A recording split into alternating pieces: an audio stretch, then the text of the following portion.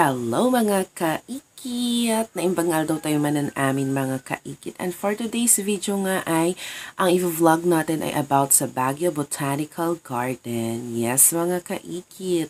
So dyan nga ay meron tayong entrance fee na 100 pesos. Yes, sa mga regular. And then, kapag PWD or anong tawag dito, senior ka is 80 pesos and sa mga pambata naman ay 20 pesos. Oo.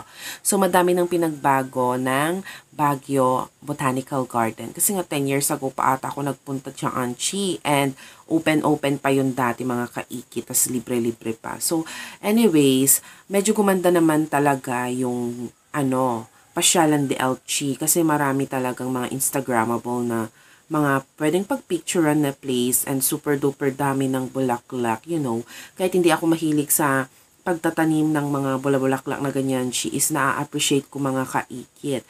And then dito sa part na to is yung parang Encantadia, daming mga orchids, mga kaikit. Ang gaganda ng mga hanging plants din. And then ito pa, another Instagrammable pics, pero dapat maganda yung nagpipicture sa inyo mga kaikit. Dyan, video lang namin at si father ko ang video dyan mga kaikit.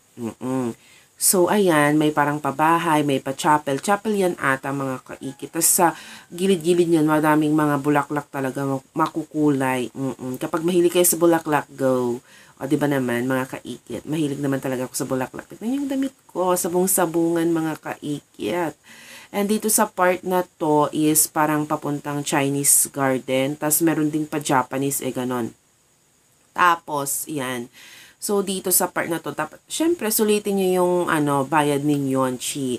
Pero, of course, kasama ko yung parents ko na banugdan mga kaikit. Ano pang magagawan, Chi?